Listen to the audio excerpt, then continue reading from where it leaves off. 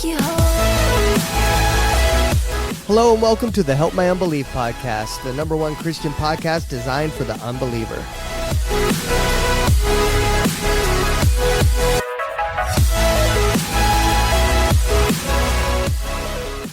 Sup, dude? I cannot quit laughing at that thing. Are you going to be able to take me seriously at all today? It's going to be difficult. Is it? Yeah, it's like looking at Do you not think this guy's handsome on my... It looks like I'm looking into a kaleidoscope of Larry's mirrors, and I'm staring myself in the face kind of thing. Uh-oh. He's calling us already. Our guest is calling us already. Okay. Well, hey, guess what? Welcome to the show. Wow, We're going to go ahead and take it. All right, go for it. That's crazy. What's up, dude? So we literally just started shooting the intro like 30 seconds before you called. And so I was like, oh, my bad.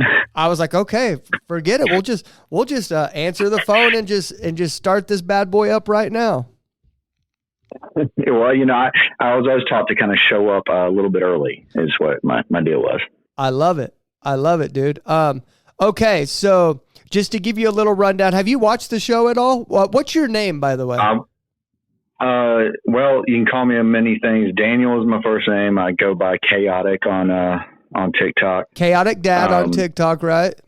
Chaotic Dad, yeah. Or as a few of my followers call me, Big Daddy Chaos. Big Daddy Chaos. I'm not going to call you that.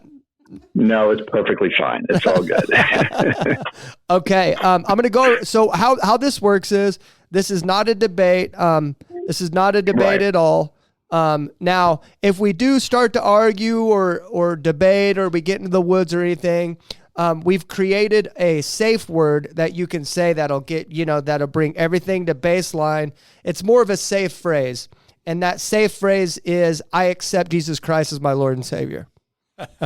Oh, clearly, of course, I know I know that safe phrase. That's not a problem. And if you need me to stop, you can just say I'm wrong. No, okay. Gotcha. Okay, I figured I'd break the ice a little bit there. So It's all good.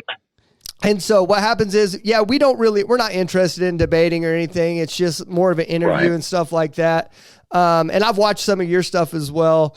And I've been calling you the Help My Unbelief of the atheist people, like how you approach it and stuff like that. So just Right. a few people you might hear. My executive producer, Marks, has a mic on him. Hello. Hello, hello. And then also my lovely wife, Angela. Hello. I was debating between calling you beautiful or lovely because I don't know. Just you're both. Just know that. Well, you still talk. You can call me beautiful. It's okay. Okay.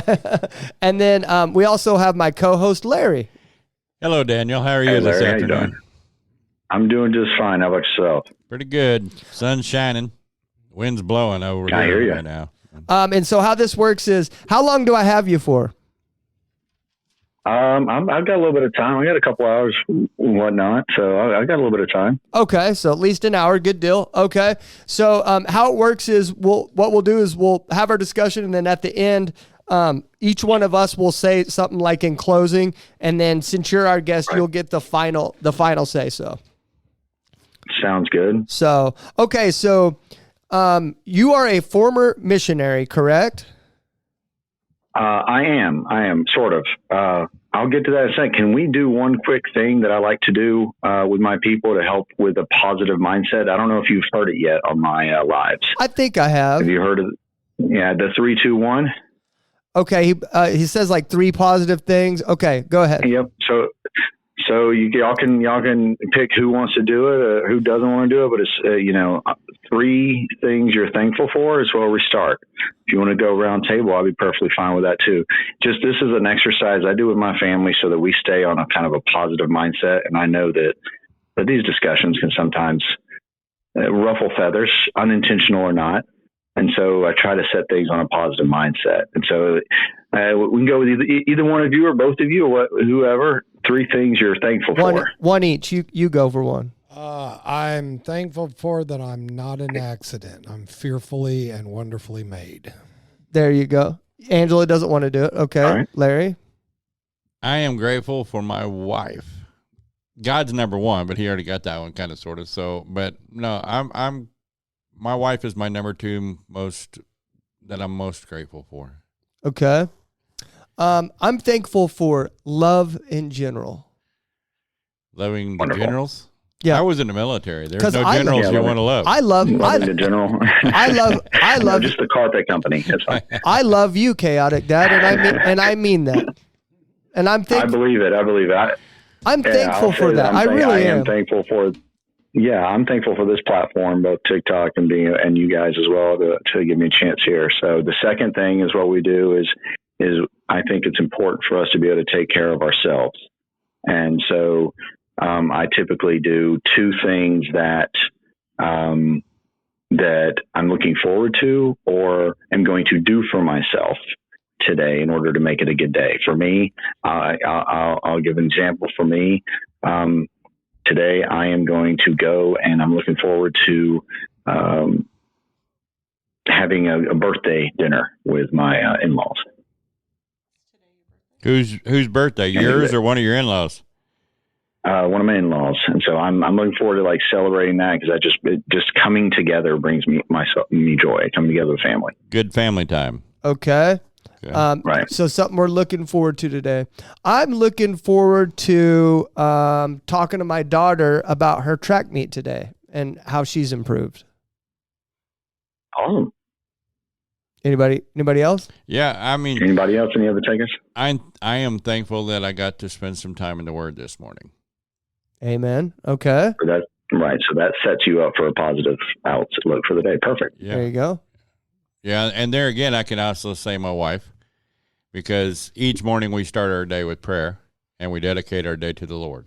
What do they call that? You're a simp, Larry. You're a simp. A simp? Yeah. I'm a simple person. Yeah.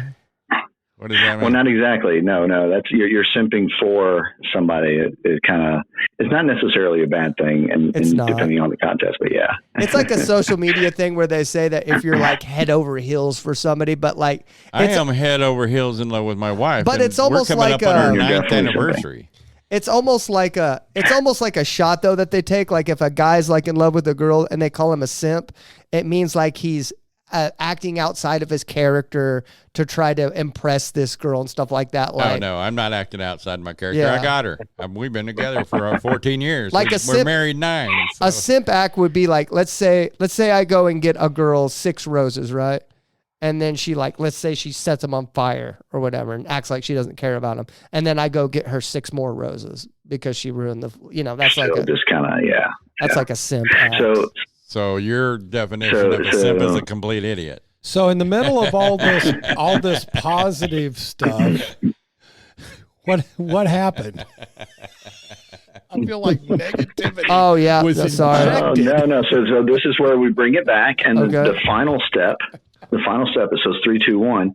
The final step is what's one thing that you can think of that you can do today to help somebody have a good day, whether it's just put a smile on their face or whatever. I actually did that today. Are you gonna say you shared the Lord with somebody? I did. Okay, was that what you were gonna say? That was one of the things that I did today. Yeah. Okay. And to me, we don't necessarily have to share the Lord with our voice and our words. We can share the Lord with our action and deed. But Sure, fruits of the Spirit. yeah, I got up this morning, and one of my things this morning was meeting one of my friends, older lady, and I had to meet her at Home Depot. She was buying some stuff, and she needed me to take her. I didn't actually take her; I met her there, but I had to push her around in a wheelchair, or I needed to push her around in a wheelchair.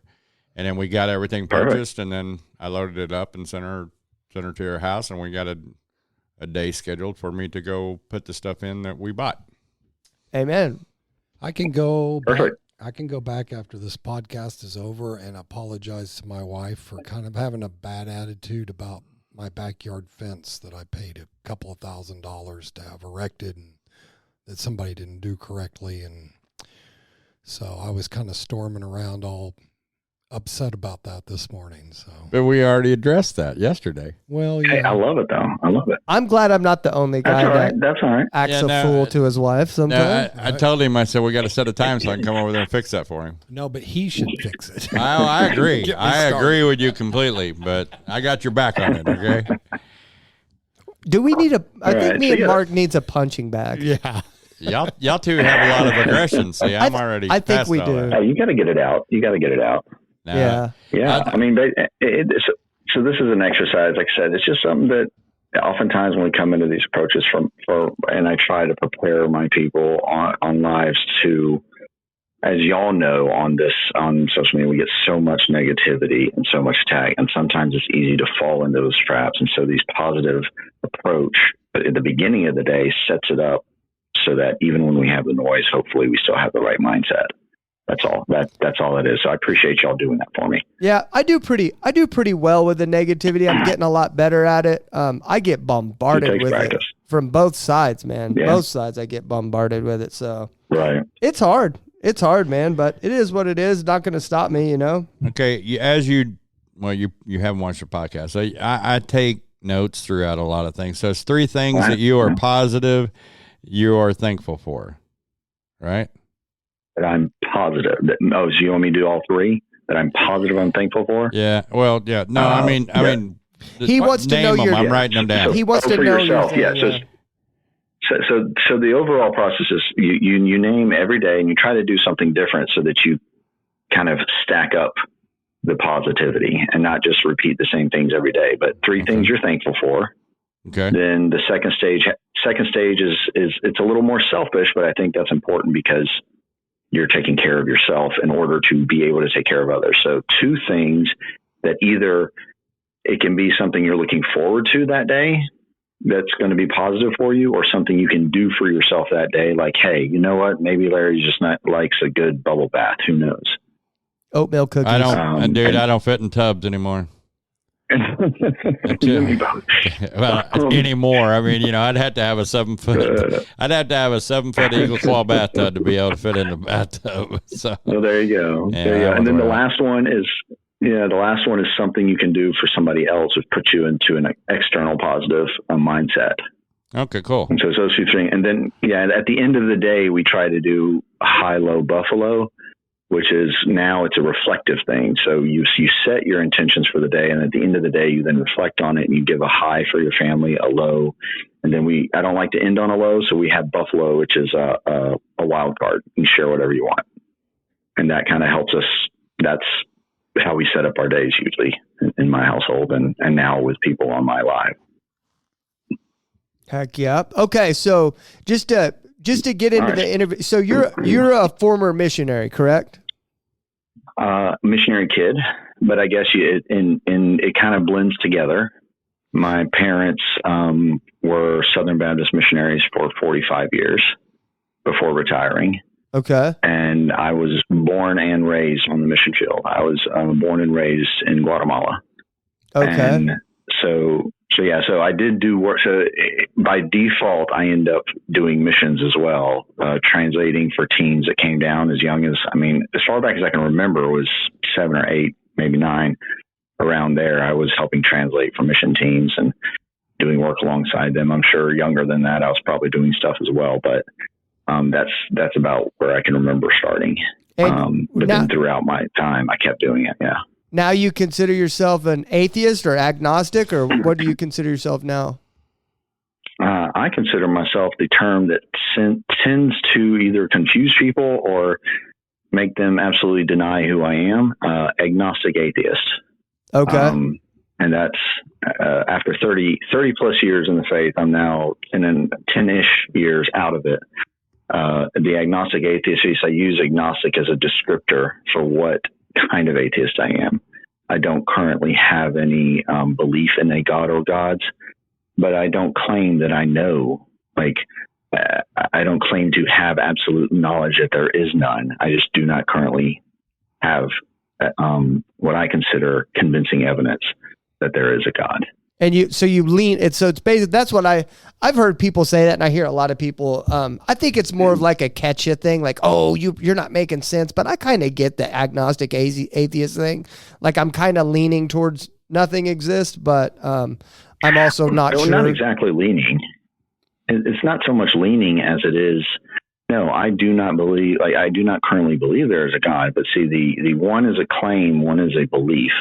So I don't make a claim there is none. It's simply, I can't make a claim against it either. Like I don't. Gotcha. I guess I'm not arrogant enough to be able to say no, because then you have like an anti-theist who is saying definitely there is no God. Yeah.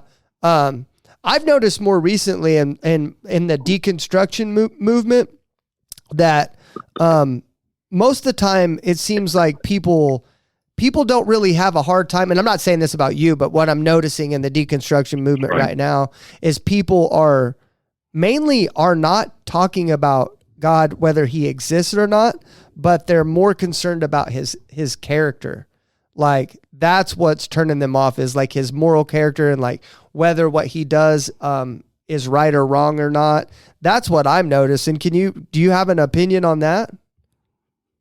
I mean, I think that is a small piece of it. I think there's a lot of, the problem is there's a lot of different factors that can affect different people. The way I discuss deconstruction in my lives and on my channel is not so much an intention to leave faith. That's not how I look at deconstruction. I look at deconstruction as taking time to self-evaluate, evaluate your beliefs, what you've been taught, and breaking those down and actually understanding whether or not that's actually what you believe, or if it's something that's either been forced upon you or that you're just believing because you've been told it and so forth. Like that it isn't something you necessarily came to yourself. And then after breaking it down, I actually potentially think that some people can reconstruct back into their faith or into a different faith or no faith at all.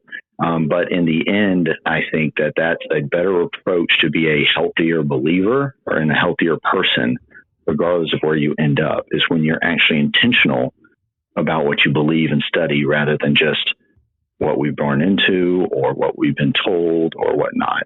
Yeah, I think the strongest thing that I've ever done for my faith in God has start this ministry. It wasn't like that in the beginning for me. Like it caused me to doubt more than anything, but I also wasn't doing anything to strengthen my faith or to look into it. So after you're my 22nd interview so far. You're our 22nd interview. And I honestly and genuinely read the Bible under the scope of every single person I've interviewed. Like I give what people tell me a fair shake when I'm reading the Bible. And that's including people that don't believe that Jesus is God. I look at that. That's including the universalists. That's including the preterists. That's including the atheist, agnostic. That's including pagans, witches, Satanists, everything. Everything that I've been told, I read the Bible under that lens, and I try to poke holes in what I believe in, and it's made Good. My relationship stronger. I mean, I heard this saying somewhere. This is going to be one of those unknown quotes, but it said, "Do you want to if you want to strengthen your faith, then try to disprove what you believe in." Right? Did you say that, Mark? No, it wasn't you. So yeah, this is why, like, I think people have an easy time talking to me, is because I listen to what you say. Everything you say, I'm going to listen to today, and I'm going to think about it later whenever I'm examining what I believe in. And that's just the truth. Right. And that's all I ever ask for of anybody, honestly. And because really my platform is supposed to be a safe space, not to convert people, not to, minister to them, so to speak, but to allow them that place to discover themselves, to find support in what they believe. And yeah, we get some cases where they just want to come in and convince me, and I actually cut that off because that they start to take away that safe space. But I think we're in the same boat there, where we want to provide that listening ear and stuff, and let them come to whatever belief they want to, and feel is right to them. And again, I actually, well, a little bit more background on my missionary part is that I come from a very loving and wonderful mission family. I didn't deconstruct because I had a bad experience. I didn't walk away because I had a bad experience. If I were to go back, I would model my, the way I would walk, similar to my parents. Ones who aren't just there to spread the word, but to actually love the people around them and to take care of the people and do those things. But, how are they? I find that this, yeah. How are they taking? Oh, go ahead. How are they taking your deconstruction? How are they handling it? I'm sure they're praying for me a lot. I'm sure. I expect that. But they're wonderful people, and they trust me, and they love me, and they have taught me to think for myself and expect me to decide on my own, and don't expect me to believe falsely, like just to do it for the sake of doing it. And so I think they respect the fact that I don't come to these beliefs lightly. I have discussions with my mom every now and then, mainly over like instant messenger or something, that we do have these theological discussions back and forth, the political discussions, but then we respect each other's opinion and so forth. And then she makes me a good pound cake. Yeah. And then we're good. There you, so what, I mean, just me sitting here thinking, if you were a Christian for that long and you were literally a child of a missionary and involved in mission, there's probably not any hidden verses in the Bible that you're going to circle around to that's going to convince you, and you're not practicing any spiritual experiences. Do you see anything that could possibly, do you see a scenario that could lead you back to God? And if so, what would that be? Well, that's the thing, is I'm at the stage where I am very comfortable with where I've ended up. I have reconstructed to the point where the things that I would see as negative part of my belief, or negative, or things that I just can't reconcile, I'm okay with now. As far as what would bring me back, I couldn't tell you, honestly, because we each have a different level of convincing. And yeah, you're right. I've read the Bible in multiple versions. I've read it in Spanish, a little bit in Swahili back in the day. I mean, so yeah, there's probably not any secret verse that might surprise me. But I'm kind of at the stage where if there is a God, it's up to that God to reveal themselves to me. Cause I did the work for those 30 plus ish years and could not have been any more dedicated and sincere about it. So what is genuine? I'm sorry. What is your definition of showing you a sign? I mean, a sign, or again, what would it take to convince you know. that there is a God that loves you, since you did all the work?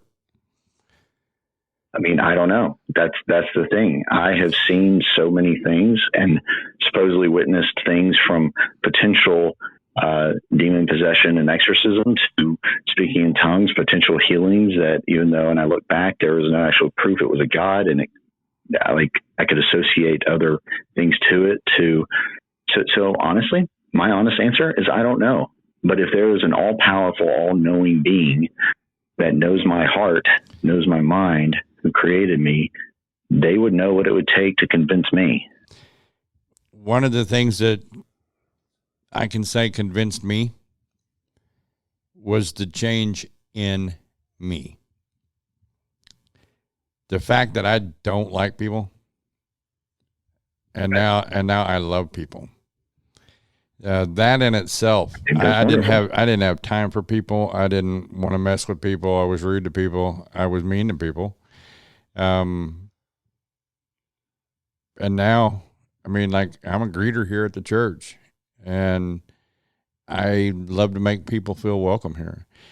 And just in It's that, wonderful. and I mean, there's many, many, many other things that came with my change, but that in itself, I think that's the only way that we can actually reflect on whether or not that is true, is the changes in ourselves. And what you're saying, because I was raised Pentecostal, and then I chose later on in life to move away from, at 18, you get out from underneath your mom's wing, so you run hard and you run fast. Mm-hmm. But my mom was, ladies auxiliary, and we weren't missionaries, but we did a lot of work in the church and with other churches and stuff.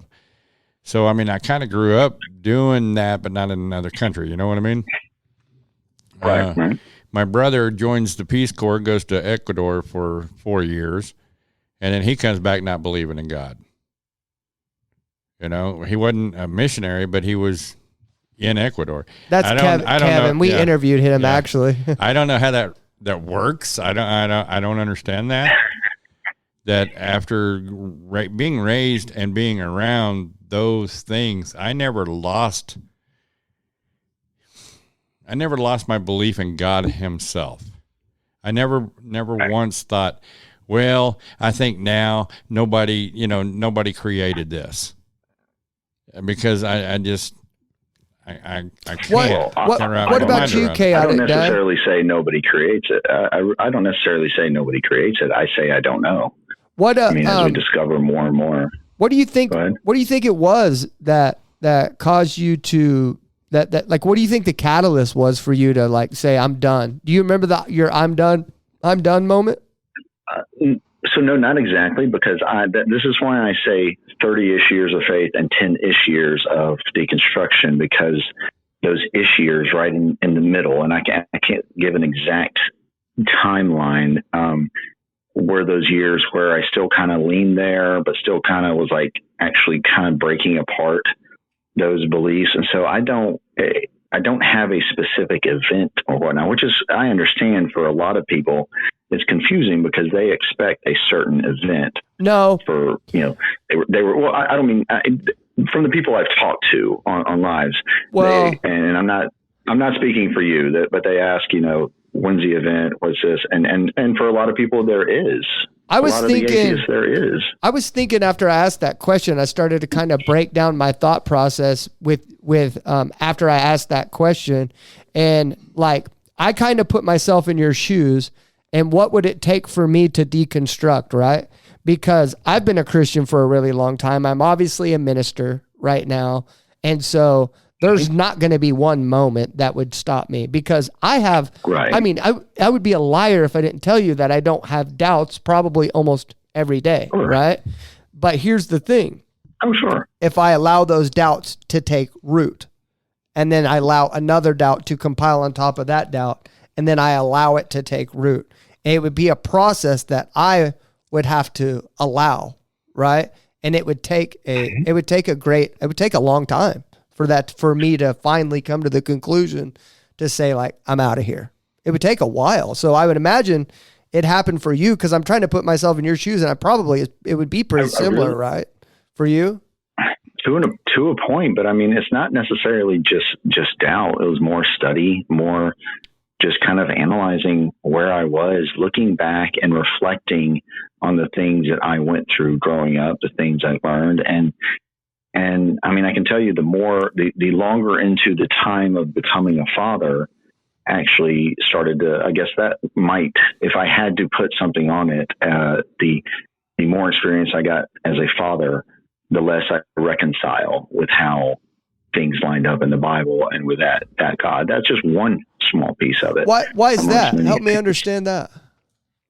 So the analogy I like is basically the explanation. You have to bear with me. Is as a father, if I'm going to create a world, and I understand that there's different beliefs on how said world that God has created is different, but as a father, if I'm going to create a world for my children, for these beings that I'm going to bring in, then I want to give them the most clear instructions on how I expect them to live, what I want from them, and make it as clear as possible. Also, make sure that they know that I'm there. No question about whether I'm there. Know that I'm there for them, that I love them, and all of that. And now, from there, I want to make sure I then educate and take care of them, make sure they have a loving home. When it's time for them to move out to college or go out on their own for a little while, I have done everything I can to make sure they know I'm there and present and love them. And then this is where there might be some theology debate depending on who you ask. I can create two different places that are identical, two heavens, so to speak. And one has me in it, the other one does not. And then when it's time for them to come home, if I have done my job for clear instruction and love, I would hope that they would pick to come back to me. If they don't, that's their decision, and they can go back to that other house where I'm not present, but not burn for eternity just because they didn't pick me, but rather have a pure decision. And if they choose to come back to me, I know it is a genuine and pure decision to come to me because they know I love them and everything, rather than there ever being a question of, was it because they felt coerced? Is it because of fear? Is it whatever? But that analogy has several different levels. For example, the education piece we have within the Baptist faith alone. Forget any other denomination or whatever else. Within the Baptist alone, there isn't agreement on many things biblically. I know Baptists who don't think there's a hell at all. I know some that says there definitely is, some that say Jesus wiped away all our sins regardless of whether there's a hell, like, universalism. Yeah. So there's a lot of confusion. And as a parent, the more and more I thought about that over time, it just didn't make sense. Like, if they want me to come back to them, I need to give them as clear instruction and make my presence known, which is where in my life of those 30 years, it was not clear to me and the instructions were not clear to me. And so that was just one piece where it didn't match up. I got a question for you. With everything that you described that you've tried to create for your children, the examples, the love, their choice coming back, everything that you described to me sounds exactly what God did for humans. Exactly. I mean, even down to where you said, the coming back or the not coming back, it's up to them. And it just struck me. I need a follow-up question from you so I understand where you're coming from. Okay. Do you believe there's a hell? Yes. Okay. So there's the difference in the analogy. Well, here's my question. Hell. Here's my question from the theology that you grew up in from Southern Baptist, though. Do they believe that everyone is a child of God? He didn't say Southern. Sorry. He said Baptist. I'm Southern Baptist. It was Southern Baptist. Okay, it was Southern. Okay. Yeah. How many total different sects of Baptist are there? I mean, I know, like Free Will. Oh gosh. How many do you think there are? Honestly, I don't know the number. I know you've got like Southern Baptist, you've got Cooperative Baptist, North American Baptist, American Baptist, and you have the different Baptists in the different countries. I mean, it's countless. I mean, you have Progressive Baptists to Free Will Baptists to be the most conservative ones. Yeah, so there's a lot of different Baptists. Do they believe that everyone's a child of God? Pretty much, yeah. See, like in the book of Hebrews, it draws a clear distinction that some people is not a child of God, because it describes that God only did. It's actually how I knew I was saved, because I knew I was being disciplined by a spiritual father, that I was not able to get away with some things anymore. And I read that Bible verse that says that God does not discipline people that's not his children. So if you know that at least you can rejoice that you're being disciplined by your Father in heaven, that it shows that you're an actual child of God. But not everyone's a child of God. I mean, maybe not. Yeah. But again, that's where some of the confusion comes in. Yeah. I mean, again, maybe not. That's fine. Well, also, I think but from me learning in this show, I don't think it's fair. I don't think it's fair to label Christians as the sole proprietors of confusion, because anywhere you get multiple human beings, pride steps in, and the desire of uniqueness will step in, and we'll have to separate, because I have to be the one, when really, I really do think God gave us clear, precise instructions on how we do live our life. But humans came in, and human pride came in, and the desire to be different, be like, well, God had it this way, but check out this Joseph Smith. Look at what Joseph Smith said. He's a new prophet. Or what about Muhammad?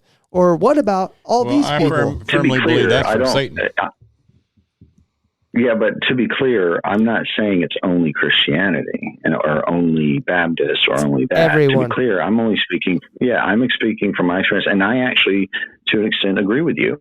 And the more my current belief is that the Bible was written by man to explain the world around them as best they possibly could. In some cases, they may have filled in the gaps as far as whether it was something of God or not.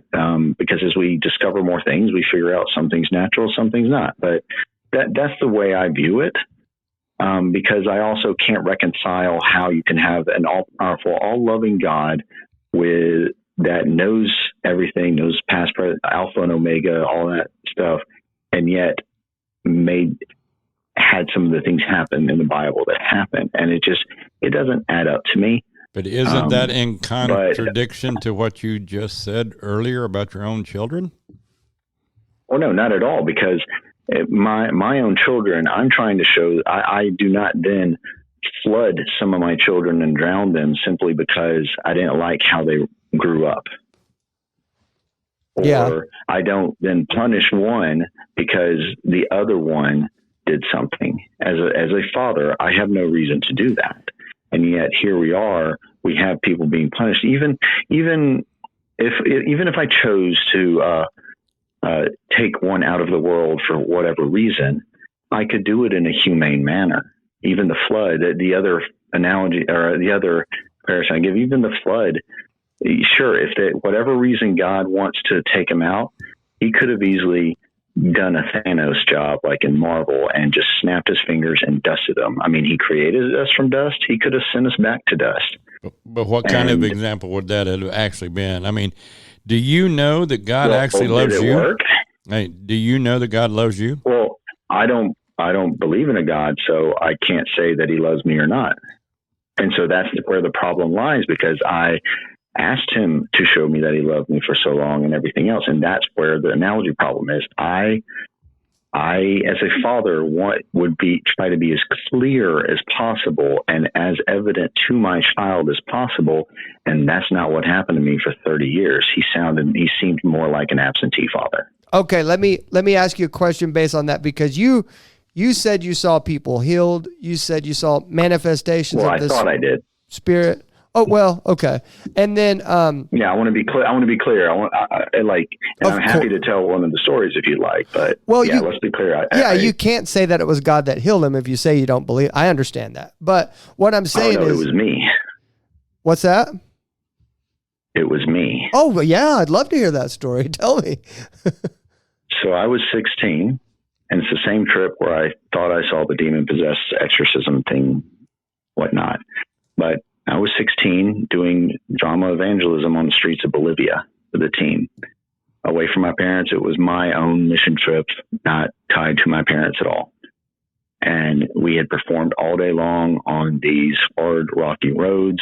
My particular part was very physical and required a lot of physicality, throwing down, battling, stuff like that. And then on top of that, I was the one of only two translators for 30 teenagers that were there. So I was also working extremely hard that way. By the end of the night, I had this massive bruise and pain in my leg, and had got close to our rooms and could not then make it in any further. And many of the kids came over and started praying over me, putting their hands on me and stuff like that. And I felt this little sensation or whatnot and warmth and then felt the energy and was able to then make it back into my room thinking, hey, oh, wow, I'm healed and whatnot. Now I was 16. I didn't quite understand many things. And when I look back at it, I also remember that the next day I still woke up sore.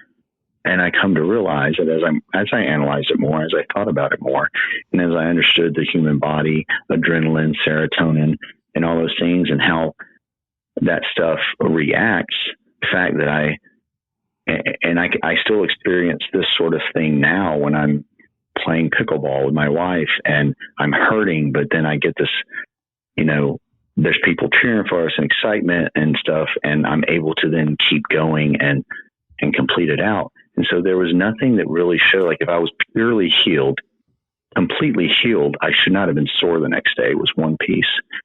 And I realized, well, I was young, clearly a good night's sleep. I was fine the next day. It happens now, not nearly as quickly in my 40s, but it happens now. And so there's nothing that really you can attribute. Some people can attribute that to God, saying that warm feeling, but that warm feeling also just happens now when I'm not, when I'm not in the faith, and it's a reaction, a chemical reaction in the body. And I just can't associate with it that it was actually God. Well, there is a Bible verse that says that he blesses like both sides of the fence. Like while you're on earth, you do get to experience, because the omnipresence of God, you do get to experience like some of his presence. I mean, we wouldn't be taking a breath at all if it wasn't for him. So, well, that's your belief. Well, according to what we believe, of course. Normally I'm pretty good at speaking that way, but cause like I said, in order for you to entertain my belief that, I want to talk in a respectful manner towards you, but so as far as so you've said you've seen many people healed. You believe all of those are coincidences? No, I didn't.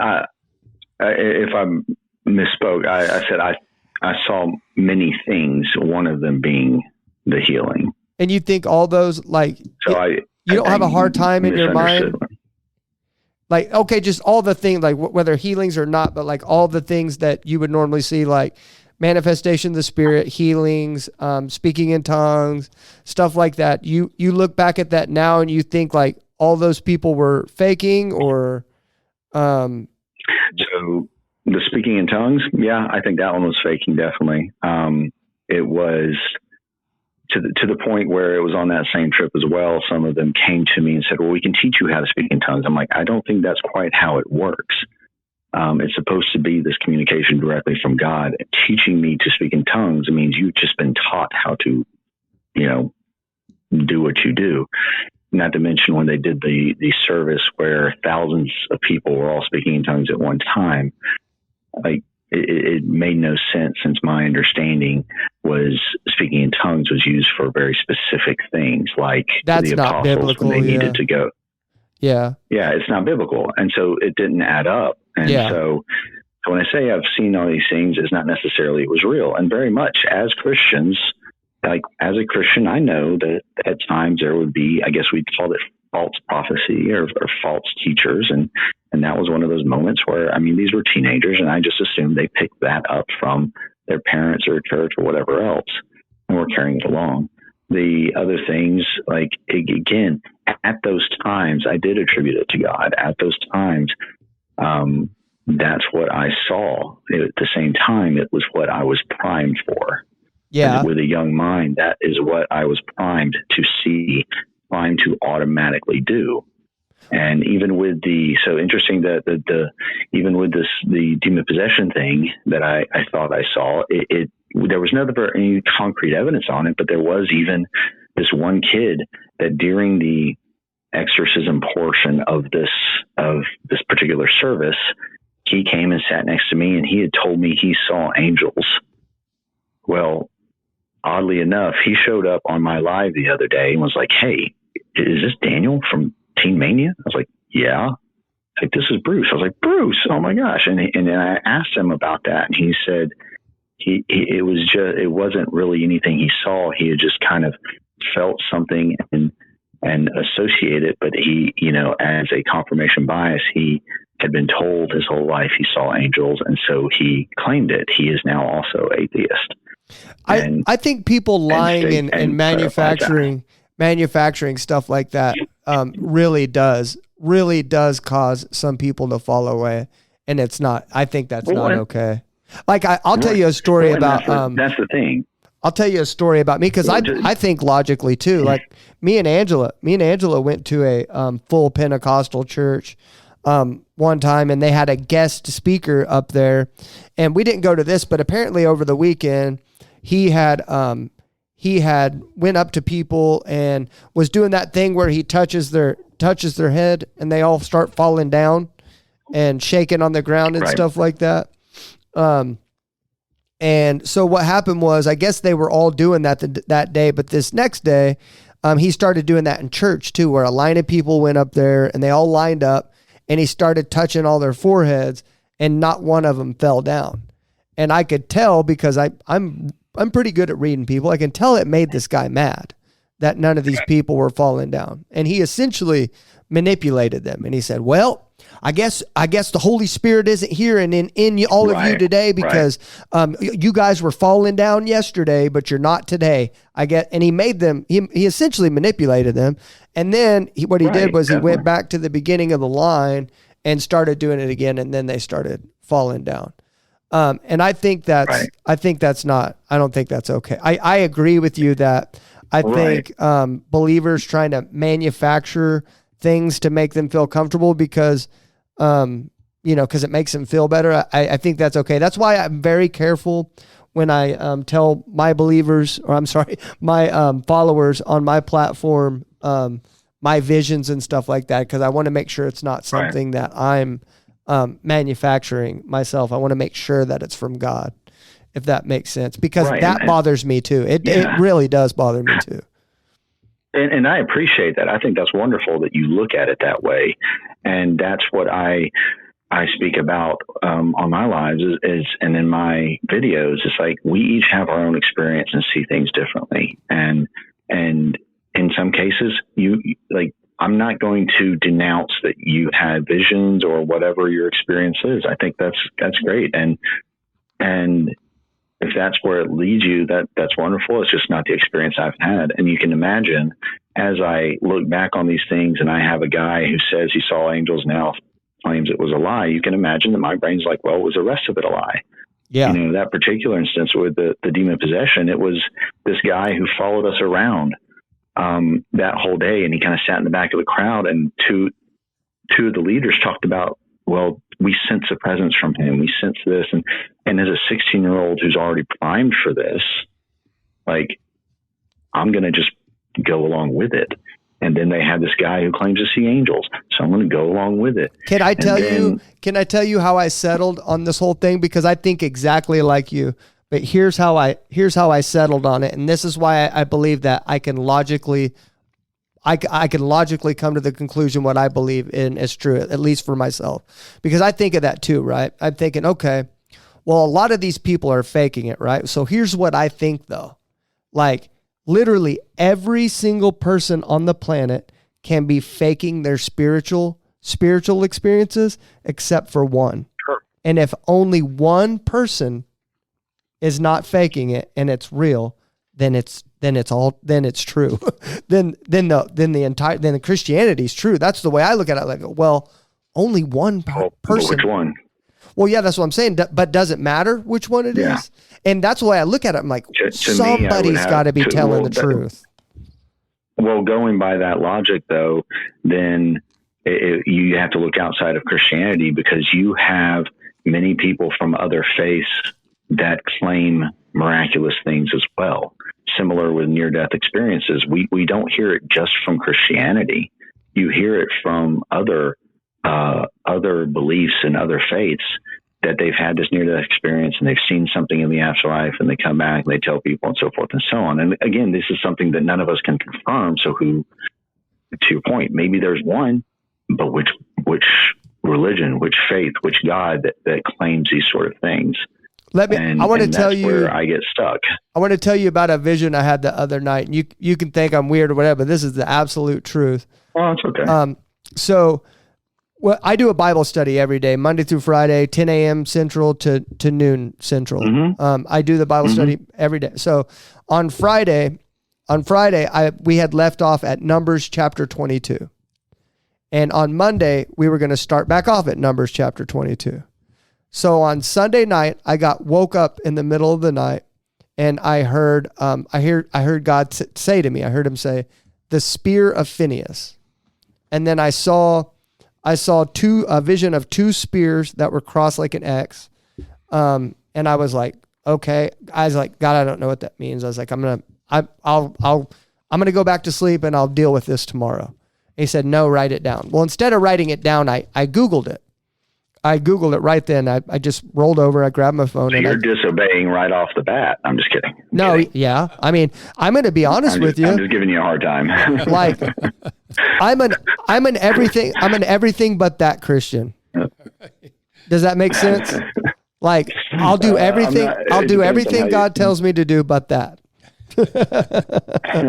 I hear you. So instead of speaking to the rock, you struck it with a staff, right? Yeah, or I kicked it with my foot, and God's like, well, didn't Meatloaf sing a song? I'll do anything for love, but I won't do that. I mean, I'll do anything for a donut, but well, I used to be a cop, so we can't go there. I had to denounce donuts. But anyway, so I looked up the spear of Phineas, and by the way, to my knowledge, I've never heard about the spear of Phineas, and it's actually just a small passage in the Bible in Numbers chapter 25, where it talks about this guy named Phineas, where God had sent a plague on the people of Israel because they were worshiping another god, Baal, I think what it was, and this Phineas guy basically speared these two people to death that were creating this rebellion in the Israel, created this false god that all the Israelites were worshiping. And so as a result of Phineas's zeal for the Lord, then God stopped the plague. So I don't know. I'm going to be honest with you. I have no clue what God was trying to tell me from that vision. I have no idea. I still haven't gathered it. That was this week. That was Monday of this week. But to me, I look at that and I think, could that have been a coincidence? Could I have read ahead or something and got a hold of that? Sure. Could I have heard about the spear of Phineas in a TikTok video when we're scrolling through there for an hour? Sure. But how likely is that just happened? And then how even less likely is it that we just so happen to read through that passage the next day after I did that? I look at stuff like that and I get it, man. It could be explained away. Uh-huh. But that's just, man, that's an experience for me that's like, whoa, you know? Right. Well, and I would know, I don't want to try to explain it away. I mean, I say it's about far-fetched for this Bruce guy to show up 30 years later on my TikTok and recognize me. I mean, there's all sorts of things in my life that others may not be able to understand and claim that I didn't do unless I have a witness.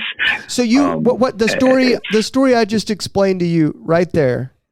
You were a Christian for over 20 years, and you never had one thing like that happen. Not that really stuck. That I did not have a reason for later on. I thought it was at the time, but now even sitting back and trying to look back, I can't say that I had one that was definitive, one that definitively convinced me. If you would have had happen what I had happen this week, would have that been something that convinced you, or is that something you would have been able to explain? I mean, maybe until I experience it, I don't know. Yeah, it's kind. I guess it'd be kind of hard for you because like a lot of events would have had to happen. Yeah. Right. Well, which is why I don't denounce your experience. Is that I don't know. I can't analyze it to say you heard it from somebody else on TikTok, like you said, which I'm impressed is only an hour because I'm an addict. But oh no, it's definitely under exaggerating to make myself look better. I feel you. Well, what my wife and I do is so we don't tell people we spend so much time on TikTok. We say, quote unquote, we read about it somewhere. When we're like, oh yeah, this interesting fact, we read about it. We It's our code word for we saw it on TikTok. And you've got your reading glasses just gently resting on the tip of your nose, so you look smart. Exactly. Now you're describing exactly what my dad would look like if it did that's awesome. Hey, Larry, continue this conversation with him for a second. I've got to go to the bathroom. Okay, continue on. Don't run him off, please. Oh, it's hard to run me off. I'm kidding. It's all right. It's all right. Now, let's go back to let's circle back around to the question that you asked me about whether or not I believed in hell. Well, real quick, your personal experience. You talked about how it changed you. I wanted to say something about that, and I think that's wonderful. And faith and religion can change people. We see it in Alcoholics Anonymous. One of the pastors we work with in Guatemala, that's how they get out of alcoholism, is through their faith. I guess for me, though, the difference for me is I actually feel like I'm a better person now outside of it. But of course, again, I think it's great it worked for you. For me, it was the opposite. And so it's hard for me to just go back and say, well, I need to go back because my experience was different. I feel better about myself now than I did before. Well, I know that through that time frame, there was a lot of changes in my life. And one of the things was that my drinking had got quite out of hand. I had broken relationships with my daughters, and didn't really want to talk to their moms at all. But, I was mostly living for myself, and they were an afterthought. It was work to make money, to spend money on getting drunk so I could do it again the next day, I guess. I don't know. I never really understood the whole passion of that. But I get that. My mom came to the end of her life, and my mother was a Christian I think she gave her life to the Lord at age 8. So she was an example to us. She was the matriarch of the family. My father and my mother had gotten a divorce. Oh, let's see. I was having my first baby in 84. Okay. And they had already split up just before that. So I was a young man. And I stopped my relationship with my dad completely. I didn't talk to him. I wouldn't address him. Even at his mom and dad's funeral, I went, but I did not. I wouldn't allow him to approach me. Yeah. Through the end of my mom's life, she had dementia and Alzheimer's, and never once lost her faith. That example in front of me, and then I've had 2 brothers and 2 sisters, and I only had 1 niece. I have all the kids in the family. Everybody else didn't procreate. Has he been talking this whole time? No, I have not. He has. Okay. So no, he's done very well. I'll give him a good rating on Yelp. Was he, Mark? Was he talking this whole time? Yes. I literally heard him describing his family tree, and I'm like, crap. Yeah, no. I was getting it. But, the Bible does the genealogy, so I'll tell you that. Oh, I just muscled through that. Yeah, dude. we just went through Leviticus. So, but all of that time frame there without my dad, right? When Mom came to the end of her life, I realized that I had to be the matriarch. I mean, the patriarch, and I had to replace my mom as the matriarch. And that was a stunning moment that all of a sudden everything that I have done is going to come back at me and tenfold, It was a rather frightening moment. And at that same time was when I drove a trash truck at the time, and I clearly remember God telling me to quit smoking. And I did. I talked to him. I understood, because I never lost faith in God. I just didn't live for him. But through that, he told me that I needed to call my dad and ask for forgiveness. And I argued that I didn't need to ask his forgiveness. He should ask me for forgiveness, kind of thing. Because he left, I didn't, kind of, you know what I mean? Sure. But God had me obey. And I was in a learning stage of obedience at that time, even though I was still kind of going to the bar, but I wasn't smoking. I was drinking. Sure. I hadn't really committed to the Lord, but I was learning, so I obeyed. And through that act of obedience, I guess, was the pinnacle of every change that I have had in the last 5 years. And I have seen God's hand in provision, God's hand in healing, God's hand in other people's lives, the opportunity to speak into other people. And God has taken me and put me on a platform that I would never have in any form or fashion ever believed that one day I'd be talking on a microphone and millions of people would be listening. And that it's still mind blowing to me. Right. I understand. Yeah. And I think that's wonderful. Again, I don't begrudge religion. I think it is a great way. Some people need that hope and anchor. And again, you've had your experience that has brought you there. And I think it's wonderful. And from what I can tell, both of y'all, and I haven't really talked to Mark or anyone else, but y'all, it feels like a healthier faith, especially it sounds like, even Zach, reconstructing, so to speak, and even you already believing, but then having those experiences that kind of help you re-solidify and rebuild that. Well, my story is like literally, I can say that it was the prodigal son. And when I returned to the Father, and I'm not talking about my dad, but Right. that too, Oh, I get it. that Yeah. too happened. And we do have a relationship now that is with love and understanding. And he's 85. And, Right. it's kind of amazing to me. But with my relationship with the Lord, I get direction, I get understanding. I make mistakes. He scolds me and or punishes, either way. I mean, I don't think I've ever had any real bad punishment, but my belief has been amplified way more through my understanding of what the Lord has put me through or allowed me to go through. The refiner's fire is one where, nothing feels good about that. Hey, I wanted to show you something. Check this out. Because he can't see. So check it out. One of our listeners sent us I like it. I've got a hoodie with Larry's face on it. It was Skyhawk, wasn't it? Was it Skyhawk? No, it wasn't Eric. And then look at his visor. Look at his visor. See that? Nice. Okay. Yeah. I forgot. I'm gonna close this again. I was like, what happened? problem. What happened? Oh, I wanted to show you that. You're still there. So let me ask you a question.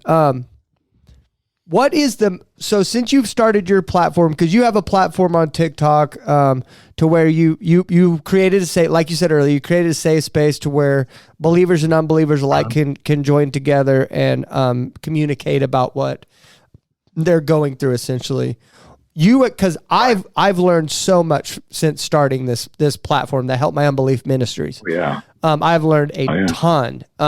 What's the main thing that you can say that you've learned since you've started your platform?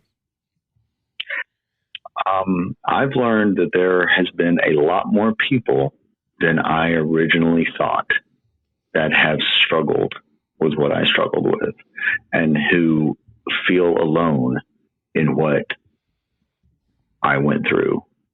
And I mean, many things I've learned, but that's one of the biggest ones, because for the longest time I felt alone and that no one understood what I was going through.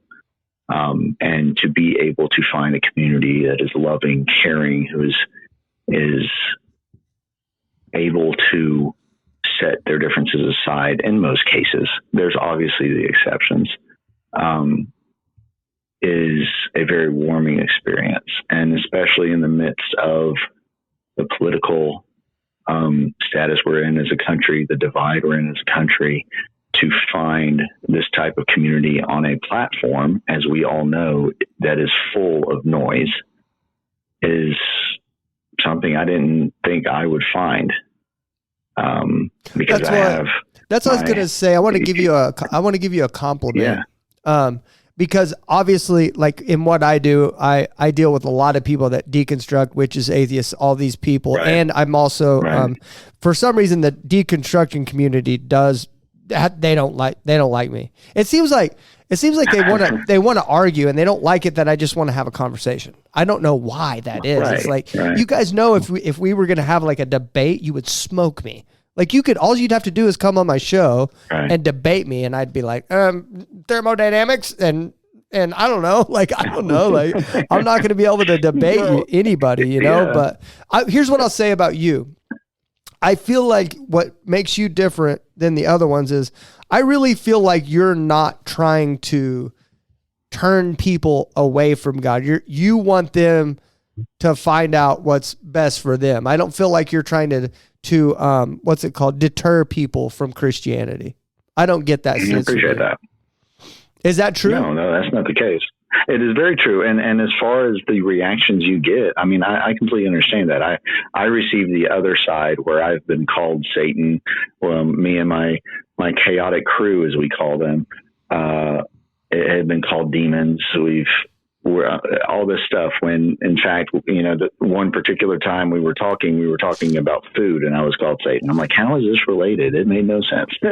So, right. No, that's definitely what it is. I want people to be their best self and be genuine and pure and loving and compassionate. And that's what I strive for, because we have so much divide. I just think the world would be a completely different place if we could find that space. I understand some of the backlash you might get. I don't agree with it, but I can somewhat understand it coming from where I came from on that side, because there are a lot that have been hurt. And so it's easy, especially in people who are deconstructing in their early years of deconstruction, regardless of whether they choose to believe or not, those early years when there's certain things they feel like they've either been lied about or if they've been hurt. Like one wonderful lady that was brave enough to come on my platform and talk about, I guess I can say it here since it's not TikTok yet, but sexual assault. And it was the first time she was able to publicly, felt safe for the first time to be able to get up and publicly tell her story about being sexually assaulted by her Baptist minister father. We've had several of those on here. That's happened too. But I'd like to say this, because having that ability, anywhere where you're having men and children that happens. I don't think that's that's not an attack on the church. Understand that. The point of that story was not about the story itself. But it's not. It's not also. It's also not. Like from a male preacher in a leadership position. Like, of course, that child is going to have questions about God and that position. They're going to grow up. Of course, they are. That's not. It's not fair for that kid. No, and then that's the thing, is it's not about I'm not trying to focus on her situation, but just the general idea that she was hurt in the church.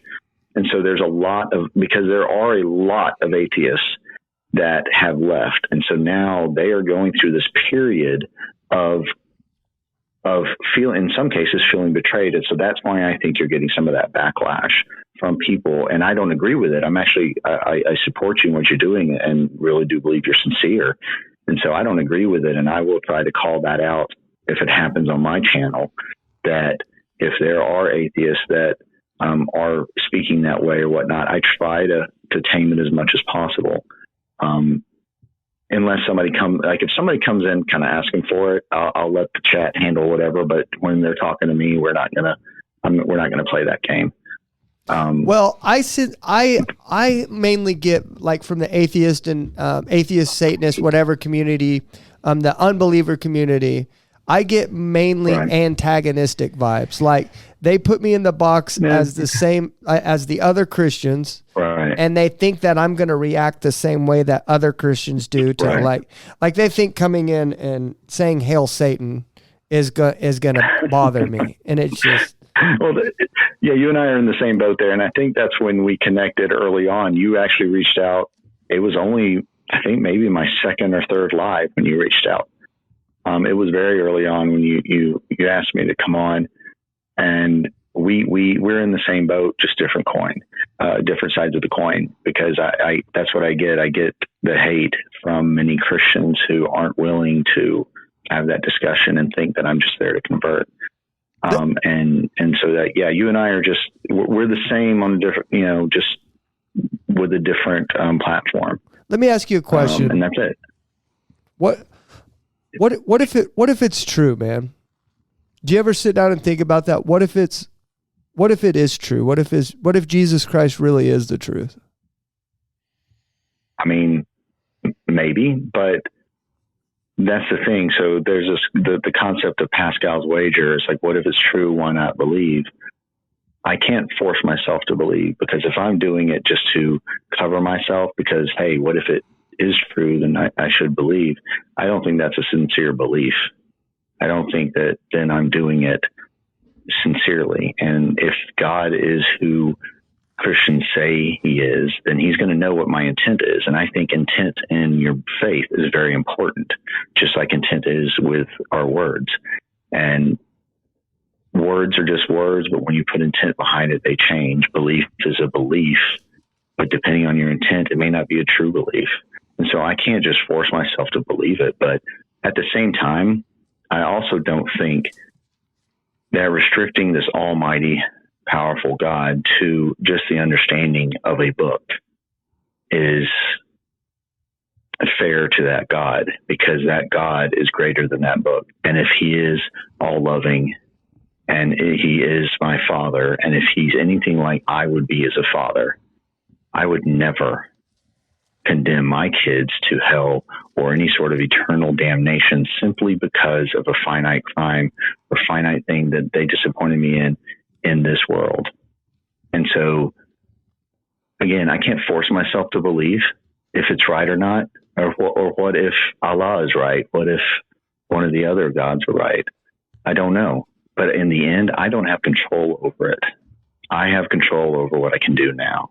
And so I want to go out of this world, leaving the world in a better place than it was when I showed up. Does it look like that's happening?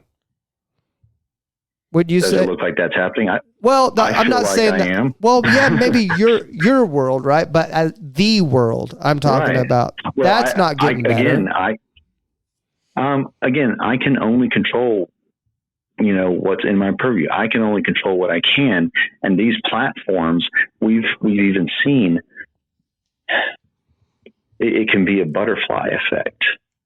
And we see this in many other cases where, yeah, things may look extremely rough, but certain things can come to light. We've had more and more Christians show up on my feed and actually support me, and they feel loved, meaning these other atheists in there. Now you have this intermingling of people, and maybe it starts out as a small group. Maybe it starts out in a TikTok live and then grows over periods of time and decades or whatever.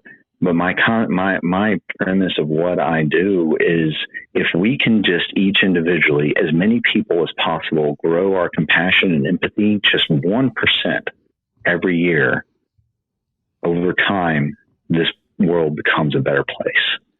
And just imagine the entire world increasing their empathy for each other and compassion just by 1%.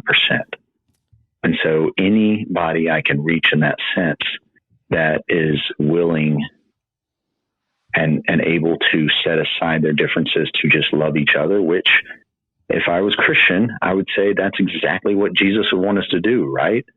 Yeah. Okay. That's who Jesus was. He would call out the Sadducees. He would call out the Pharisees who thought they knew everything about Scripture, but he would sit next to those that are marginalized and everyone else. and be there for them. And that's exactly what our ministry is for. So, Angela, go ahead. Right. So you've been on both sides of the fence. So I was just curious of what happens to you when you die, since you don't believe there's a God and a place to go. I don't know. That's the only question. That's the only answer I can give, because I don't really know. It's not something that I have to. I feel like I have to have a belief in. The only thing I can really believe in now is, or at least accept, is that I have a limited amount of time, and after that, it's out of my control. Whether it's God of the Bible, God of Quran, or God of anybody else, or no God at all. So I have no idea, and so I can just take care of my life now, love, be as kind, share compassion as much as possible now, and enjoy every moment I can. I mean, just getting the chance to go back home to Guatemala last week, a wonderful experience. Getting a chance to travel, meet new people like you guys. So pretty I think there, it's wonderful. man. And so it's wonderful. Yeah. And I thank you guys for, considering I think we have a limited amount of time. I appreciate the fact that you're sharing any of that time with me. Yeah, man. Thank you for sharing it with us as well. So, okay. So we're going to do our rounds like we have. We're at about 120. So, 115 more Sure. over. So we're going to go ahead and do the rounds, because that could take some time sometime. Mark, it's yours. Thanks for talking with us. No problem. Yeah.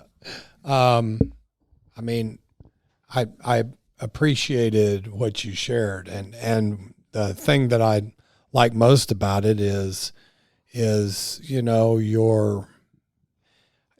you've made your choice, you're comfortable with that, and you're not apostolizing, and I really like the back and forth of not telling each other we're wrong. But Right. I can only speak for myself. You were talking about it sounds like that vital spiritual experience that you've had, a couple in your life that you thought were spiritual experiences, but you've analyzed them and it's told you something different. And it's not my story. My story was, and I liked what you shared about how a lot of people come to Jesus or come back to God through powerlessness of addictions and things that they can't control. They're beyond their own ability to stop.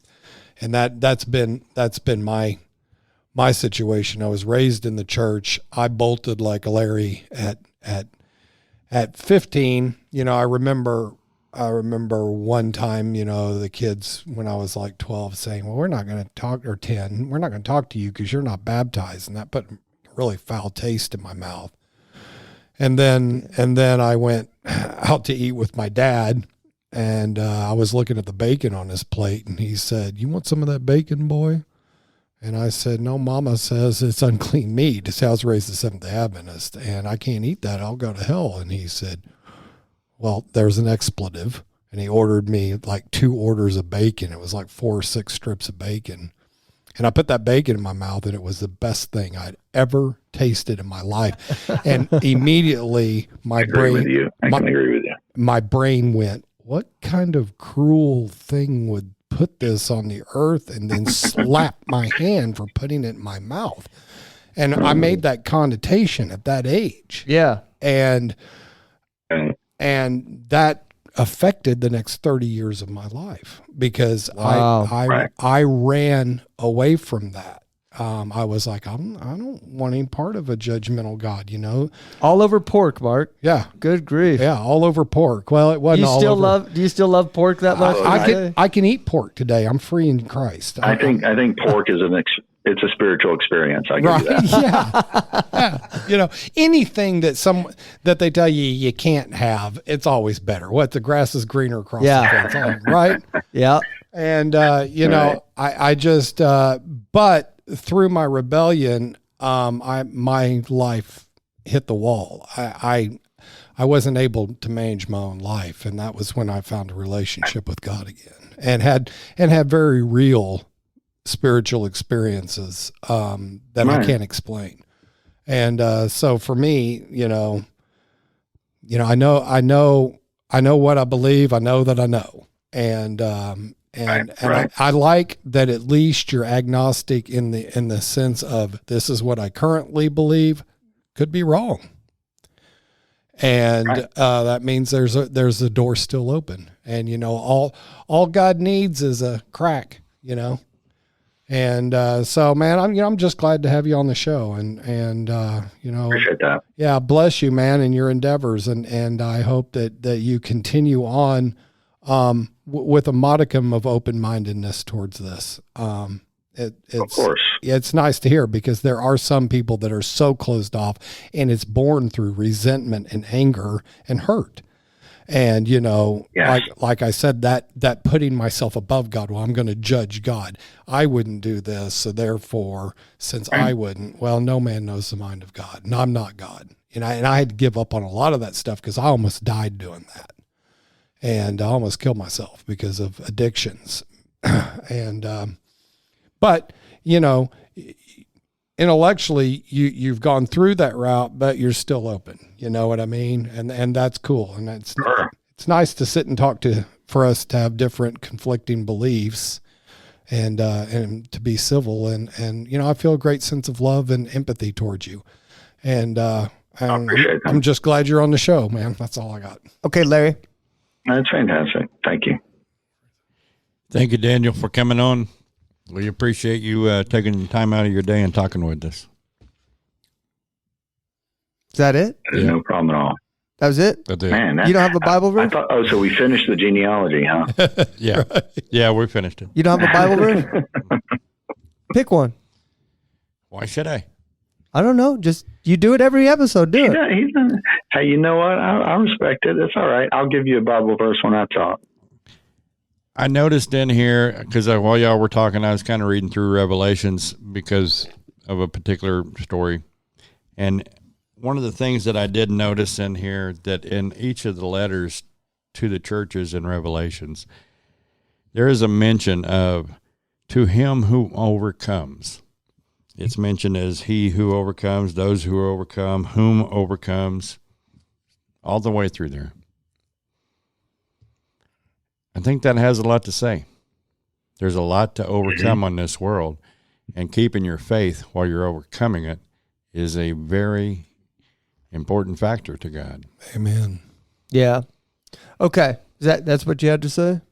Okay. Let me say this. One thing that stuck out in my mind that I would say is that you said that a God that would punish a finite crime with an infinite Punishment. Infinite punishment, right? I was having trouble figuring out how to say that. The way I look at it is like, man, I really feel like I don't know is good enough for me. Like I have to go figure out where I'm going to spend eternity, because as you can imagine, like, I mean, I would say me and you are pretty close to the same. You said you were how old? 45? 44. Let's 44. not get carried away with 45. I'm sorry. not there yet. So we're basically we're pretty close to the same age. I'm 37, about to be 38. But I'm starting to realize my 30s. I'm starting to realize how fast life goes by, and it's going faster the older I get. I'm sure that's the same thing for you. By the way, I believe that's like I don't know. That's like, why does that happen for everybody? By the way, it's almost like somebody made that a rule, that your life goes by faster the older you get. It's all these unspoken rules, right? I think about little stuff like that, but I just think we have to spend an exorbitant amount of time. I hope I used that word right. Mark used the word modicum earlier, and I was like, and I Google all these big words that you people use so I can maybe one day be smart. But I think we need to spend a huge amount of time researching what happens when we die. That way we're sure. We know what happens, because if what we believe is true, it really is the only thing that matters at the end of the day. And then just to expound on that, did I say that right? Wow, dude, this is killer. Yes. Just to expound on that a little bit, I just want to say that I appreciate the way you approach it. I don't like that you don't believe, and I don't like that there's other people that don't believe, that that feel like they have to go to you to talk about it. I'm glad you're there, because I know you're going to approach people with love. But I wish that people that were dealing with doubts felt like they could go to the church, but for some reason they can't. And I hope that maybe us at Help My Unbelief can get to the point to where we could be a place to where unbelievers go. That way we can help people's doubts and help people question that and stuff like that. Because it is very sad that the church, and I believe there is some people that take offense way too far, but I also do think that there is some accountability that needs to be taken by the church. And we had our pastor on, one of our pastors on last week, and he even mentioned about the church needing to take some responsibility of how they failed humanity in the 70s and 80s and in the 90s. And, so I do believe that the church does need to take some accountability, and I believe that they're going to have to answer for it. But maybe we can be some change for that. But yeah, I think I'm going to see you around more. And if you ever just need to talk to somebody, then I'm here, and not about God or anything else. Just about other things as well. And I wish you well in your journey, brother. And the floor is yours. Thank you. So I'll go ahead and give you one of my verses I used to cling on to. I believe it's Proverbs 14:10. Each heart knows its own bitterness, and no one else can share its joy. And one of the things I would take away from that is that, one, whether I believe in the Bible or not, I believe it could still potentially have lessons that we can learn. Just like with great power comes great responsibility, from chapter 2 of my Bible of Spider-Man. But with that verse, it's important for us as a whole, as a society, as we move forward with each other, to be able to understand that, we are not one that can know truly what another person has gone through, whether it's a revelation of God, whether it's, a personal physical experience or anything.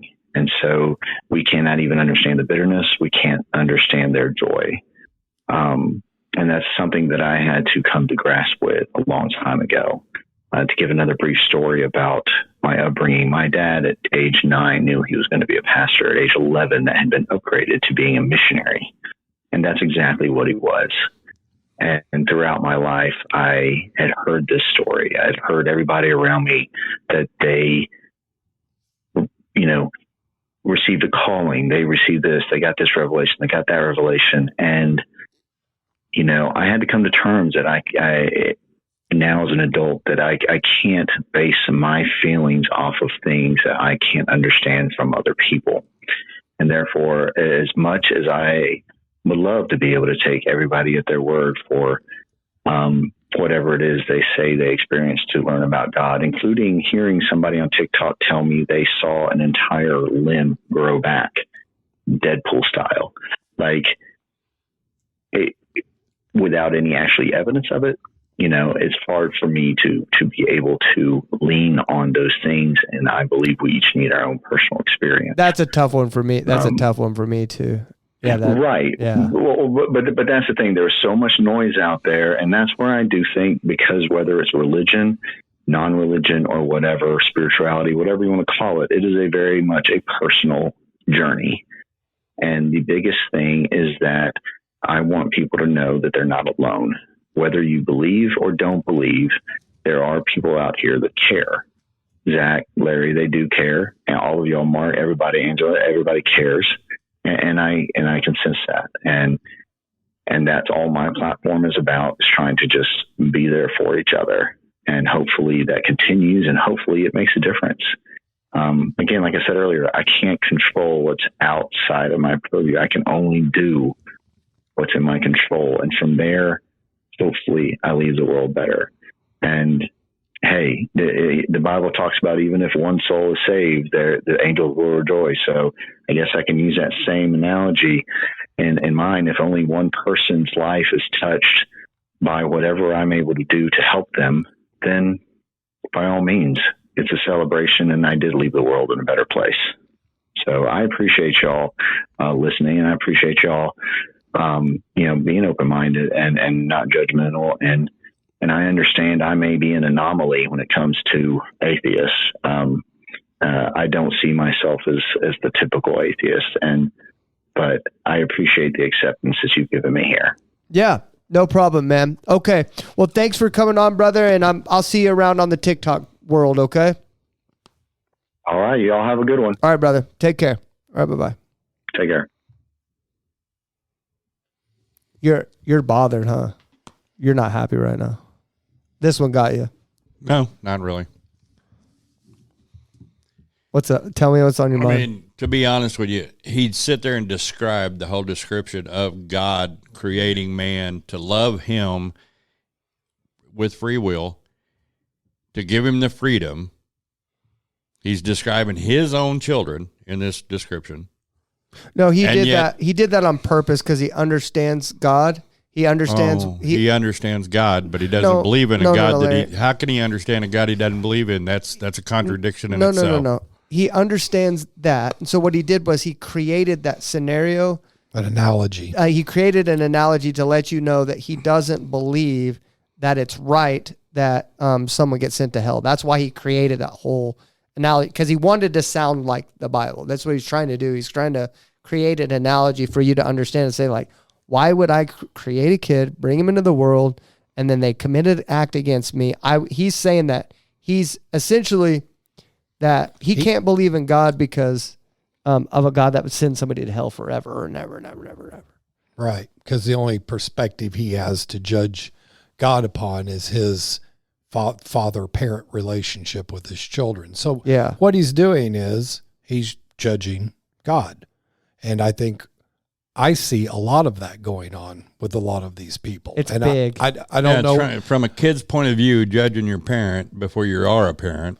In recovery, happens a lot. In recovery, talking with a sponsor, it was pointed out to me that my root cause of all my problems was selfishness and self-centeredness. That was the root cause of all my problems. And what my powerlessness came from losing my relationship with my higher power. Why did I do that? Well, for my story was I arrogantly judged God. Why did you let this happen? How come these people will point out my sin, but look at them sleeping with prostitutes? All this stuff. How could you make pig and make it so tasty, then tell me I can't have it? All of this stuff was me, I. Why can't I? And I was I wasn't submitting. And, I liked what you said, Larry, about those who persevere. Well, persevere how? Well, in submission to my God and my Lord, and fearing God. It talks about that in the Bible, getting right-sized. And that's the sadness of what I heard from him was he's very large and he's put himself above God and has judged God to be incompatible with him. And he doesn't want him as a Lord and Savior. And that's tragic. It makes me sad. There's this deconstruction girl on the internet, and I saw a video of her today, and it was always just assumed that she was atheist. And someone said something in a comment. She was like, they were like, oh, you just do this because you don't believe it. She goes, oh, no. I never said I don't believe in your God. I just think he's an a-hole or whatever. And then was just like basically talking about this and saying like, and what does the Bible say? To work your salvation out with fear and trembling. Yeah, there's a reason for that. I also liked what Larry said, and it had to go along with what I said earlier. It's like, I doubt, like, I would say I doubt every day. Like, I have doubts every single day. And that's the thing. You got to take that thought captive. Right. You've got to test it against the word of God, and you've got to hold that true every day. I couldn't get to his point without several, I would imagine, years of like allowing those doubts to set in, take root, and then dancing with the doubt. Yeah. I would have to but then there would have to be a root cause of why I would have to do that. Like, why would I even entertain that? So that's the thing is like, I mean, what we're talking about here is spiritual warfare, and what a great illustration of what happens if you don't have the armor of God. That's what I wish I would have told him is like you do realize that you're not thinking about the enemy. that was in there. You've got to fight him. It's not something that God does for you. God does fight your battles, right? But here lately, it seems like a lot of people are having the doubts and having the issues, and we know that it's spiritual warfare, but at the same time, they're blind. Yeah. They're just falling for it, and worse, this deconstruction crap is actually putting it out there to help others not believe. that's what I want to get into with you. That's the biggest thing is if you're standing in a teacher's point of view, or a preacher's point of view, or a minister of any sort point of view, okay, and you're telling them there is no God, and you're going, I can't, Larry, I want to think that way. I want to help me comprehend understand you better. I want to learn more about Larry right now. And I'm being honest. I really want to know because I can tell you're not happy with that interview. I can tell that did not set well with you. I genuinely want to know more about you right now and why that bothered you so bad. Like, I'm being serious. I'm not trying to trap you or anything else. I want to know why. I can tell in your face that you're just disgusted by it. What bothers you so bad about that? Was that the first deconstruction person that you've ever had been able to sat down and listen to for a long time? Since we started this show, I've listened to a lot of crap. I mean, that's the point of it, right? Yeah. But today seems like it bothers you. It angers me more when people are blatant in the point of misleading others. I know why you're mad. It just clicked with me. I know why it bothers you. It's because you know what it takes to have a daily relationship with God, and you know what it takes to have to fight off the enemy every single day. You talk about putting on the armor of God, but nobody believes that. And what listen. What you're basically looking at him y'all sometimes look at me and think that I have it all together, or that I'm not going through anything, or I'm not battling on a daily basis. And y'all are getting, because of stuff that I teach with and stuff, man, I had to battle. I have to battle to get that to you, to put that in front of, to have something positive to put when I'm so angry about my truck, and we had to pray last night and give it to God. And I'm like, okay, God, you gave me the truck. You provided for it. It's your truck. It's your money that we have. It's you providing the jobs. I don't know why you're letting this happen, but I have to trust in you. I don't have to know everything. And all you people that want to know everything and want to have proof and want to have a mountain move into the ocean, or have God manifest yourself immediately in front of me, or I want to see an angel, or that's not what it's about. Well, that's why it says in the Bible that no one's going to have an excuse, is because God does show himself good enough. It's just not good enough for you. I see the universe in itself as proof that God exists, because there's no way there's no way that this literally is a million things. Like I was talking about that rule of the fact that the fact that you age faster the older you get, right? Why does everyone experience that? That is a rule. Who made that rule, right? Or the fact that why does gray hair grow faster than colored hair? Right. Or the fact is like, sense. Why is there a certain speed that it's going to hurt you if you run into the wall? Or why can't just every time you run into the wall? Or the fact that, just like everything's a rule. Everything's a rule. There's a law. There's a reason. Why can't, if there's not a perfect being out there controlling everything, why don't we see at least one person that lived to 500, right? 500 years old right now. Why does that never happen? Why does that never happen? Because if everything happened as a random chain of events, and then just everything you see here, the perfect world and everything that's spinning around on it, if that's just a random event, then why don't other random events happen? Like one person living to be 500. That never happens. And I think we would laugh to say that could even possibly happen. Why? Well, Because there's a rule in place that we only live to a certain age. If evolution is true, then why are there no Neanderthals? Why are there no giants left? How can you give credit to an invisible force you can't really explain that keeps every molecule of air being sucked right off the face of this planet? Yeah. What's holding that in? Air's thin. It's a total vacuum out there. Or why don't we witness another Earth being or another planet just popping into place? Why is this the only planet in the solar system with an actual Atmosphere on it? Well, yeah, but if you look at all the computer generated, do you know who has the number one hirer of computer animators in the United States? NASA. NASA. The government. NASA. Yeah. Makes you wonder if we're living in a firmament. We don't. Hey, Makes you wonder what's really do you going have on. proof? Is the Earth flat? Do you have proof that Jupiter is there? Right. Do you have proof that If- Pluto is I see a chunk bunch of ice animations. instead of a planet, so it's not actually a planet anymore? I mean, I was taught Pluto was a planet, and now Pluto's a chunk of ice and it's not really a planet. Right. It didn't meet all the criteria. Okay, well, what criteria did you go check out?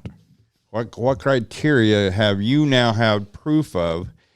Because we can't get there. I don't like how you say Pluto. You say the T too, like Pluto. Okay, that's better. I like that. Pluto. No, see, That's Pluto. no. Period. Pluto's See? the dog. Don't say Pluto. Don't say that. Don't say Plato. Plato. And, It's- are you Plato or Plato? Potato. That's what I'm saying. Like, I see why that bothered you now is because like you have to fight every single day in your relationship with God to hang on, right? Just like everybody else. I don't have any more proof than you have. I don't have any more proof than this dude has. I don't have any more proof His name's Mark. than You what's actually right introduced here. me to him. You should know his name more than me. I think he was some kind of figurative dude. Yeah. I was. I that's why I went out the door. I didn't point at him. I pointed out the door. But I don't have any more proof.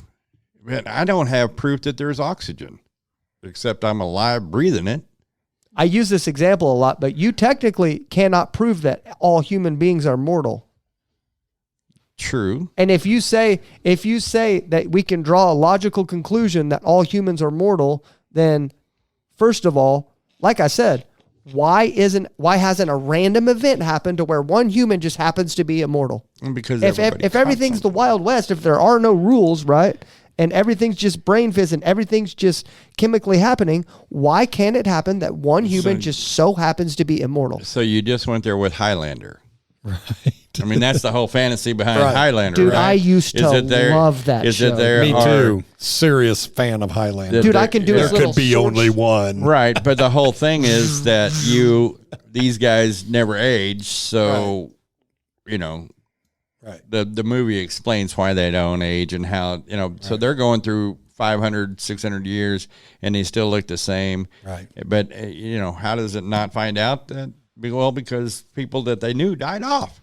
Do you guys remember that show where that cat used to deliver that guy his newspaper that would tell him the news of the next day? No, Do you remember that? I'm too old for that. The cat would deliver Rarely. TV show, newspaper that told the future. This show is called Early Edition. Early edition. Yeah. Not a clue. I don't know why. That's just random. I have What year? nothing. This was in 96. Oh, that's past my time then. Past your time? Yeah, I was always into I had a 70s. 2-year-old and a 1.5, 2-year-old. 1.5, 2 years old, meaning that I hurt my knees the first time I was at home playing with Barbie dolls and Hot Wheels. Why didn't you do a Bible verse? You just thought it was pointless to tell him a Bible verse? He knows the Bible. He knows the word. He's chosen not to believe it. Right. He's chosen to get on a public platform and help other people through it. Now, I do like that he loves people, but you know what? Satan loves you. The stripper in a bar loves I will you say as long that, as you got like, money to put in her top, right? The bartender loves you as long as you're tipping them hard to put that alcohol out there. Well, it comes back to the whole humanism movement of, well, if I'm a good person, then who are you to judge me? I'm not judging. A little bit of I'm saying but I'm saying I'm not judging. Here's there's only one judge, and that's right there. That's all true. How do I know this is right? I don't, but I have faith, and without faith, I can't please God. Why? Because without faith, I won't believe in Him. Right. Without this as a guideline of what I'm supposed to do each day. Without Paul telling me literally how. I always heard it, but I never understood it. How to capture those thoughts, rebuke them, and then throw them away. I don't think without that I would not know that this spiritual, because I'm going to say stuff. I haven't been there. Okay, I don't see angels. I've heard the voice of God. Okay, but I don't see angels. I don't see demons. I don't see all of that. I know that it is there. I felt the effects of it, just like I feel the effects of gravity, but I can't see it. Right. I feel the effects of God. I've seen Him move in my family and my life. So I feel it. So, okay, well, I'm going by the warm, fuzzy feelings that I have. You can say whatever you want to. But the main thing is that I have a conviction in my heart. I have a conviction in my heart that everything is true. And when I see somebody that is so blatantly lost, Pastor Gary, it breaks him down into tears, and I guess it just affects me a little differently.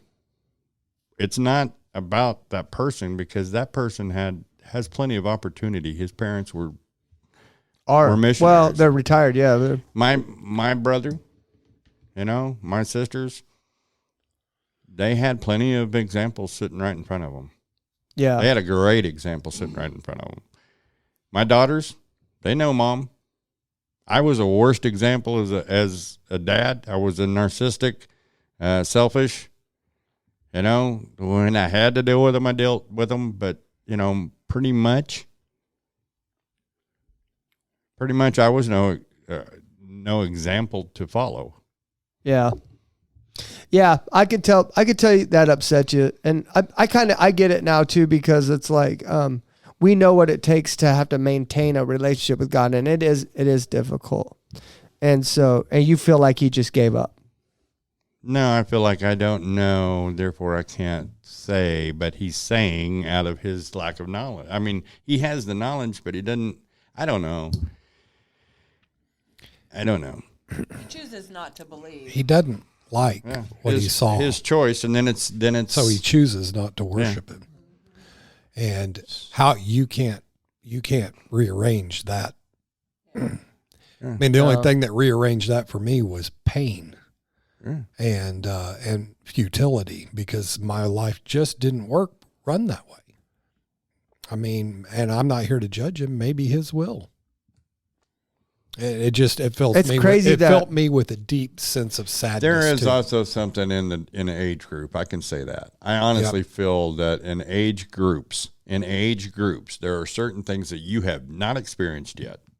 There are certain things that you have not experienced that I have, and there are certain things that this man sitting over here has certainly experienced more than I have. Right. But I think that there is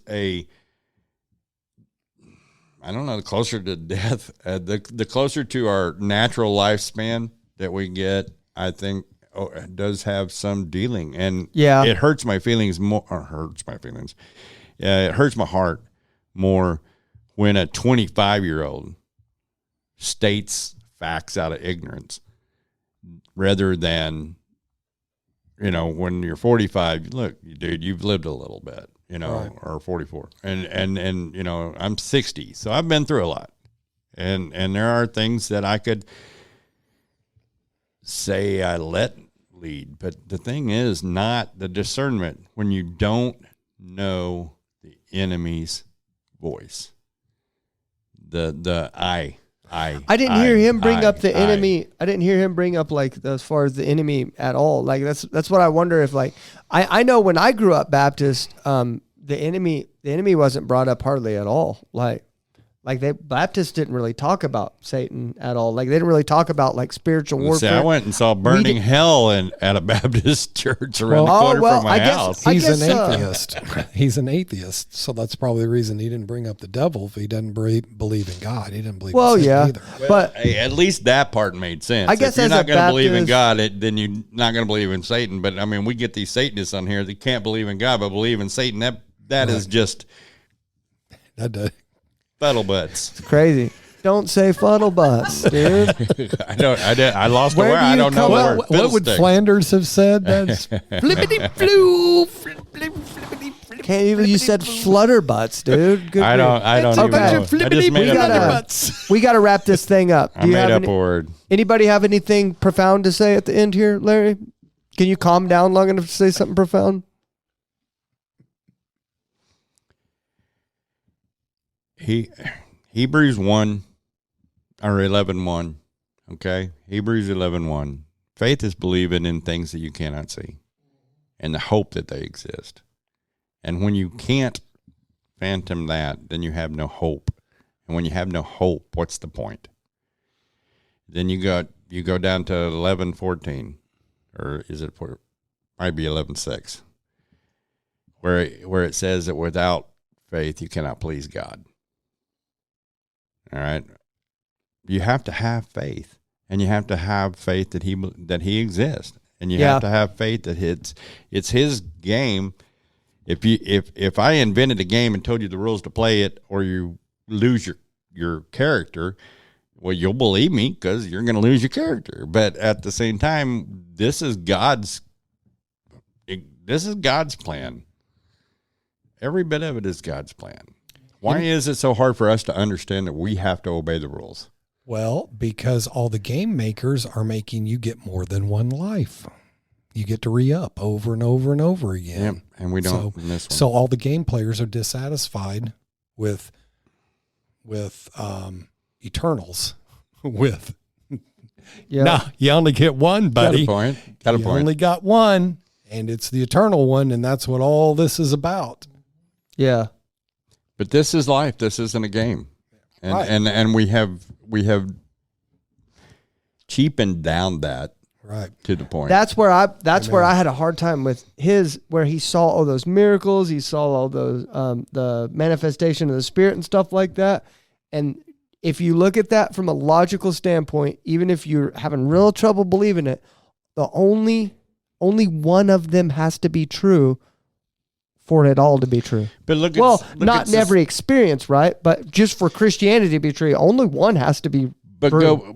Go back to just simply, I mean, when I was raised as a kid, if Bugs Bunny shot Daffy Duck with a shotgun and his head spun around and Daffy Duck died, right? But Daffy Duck didn't die. No, he took out his beak, Right? which was just over here. It was over here. Right. We knew that wasn't real. Right. Okay? We knew that we knew that when John Wayne got shot, he was coming back in the next movie. Right. Okay? That was it. We knew that. These people today, they don't know that. They think that's how life is completely. And it's not. We're the only thing with a finality. You know? Yeah. Well, Scary, man. Yeah. Well, I say that, but then, animals don't. Either it come is back to their- either it is It's final. not a pet cemetery out there. That's the thing about hell. They're like, well, they talk about it being a second death. Talk about hell being a second death, and then heaven being eternal life, right? And it's like, well, you're not really dead if you're suffering for eternity. It's like this: you're dead. Spiritual. You're death. dead to everyone else but you. It's everyone else is as far as everyone else goes. You're dead. the thing is, Except for you. You're keep not dead. We keep comparing physical life to eternal life, and we compare physical death to eternal death. And even though the words are similar, they're not the same action. Yeah. Lord have mercy. Okay, let's wrap it up. Okay, thank you guys for watching. We appreciate you. Don't forget, if you're listening all the way to the end, leave a comment, or go to, if you're on Apple, leave a review for us. We would love that. Thank you. Okay. Thank you for watching. We are out. I'll take you home. Thank you so much for listening to the Help My Unbelief podcast. Please don't forget to like, share, and subscribe. And more importantly, tune in every Tuesday at 9 a.m. for new episodes.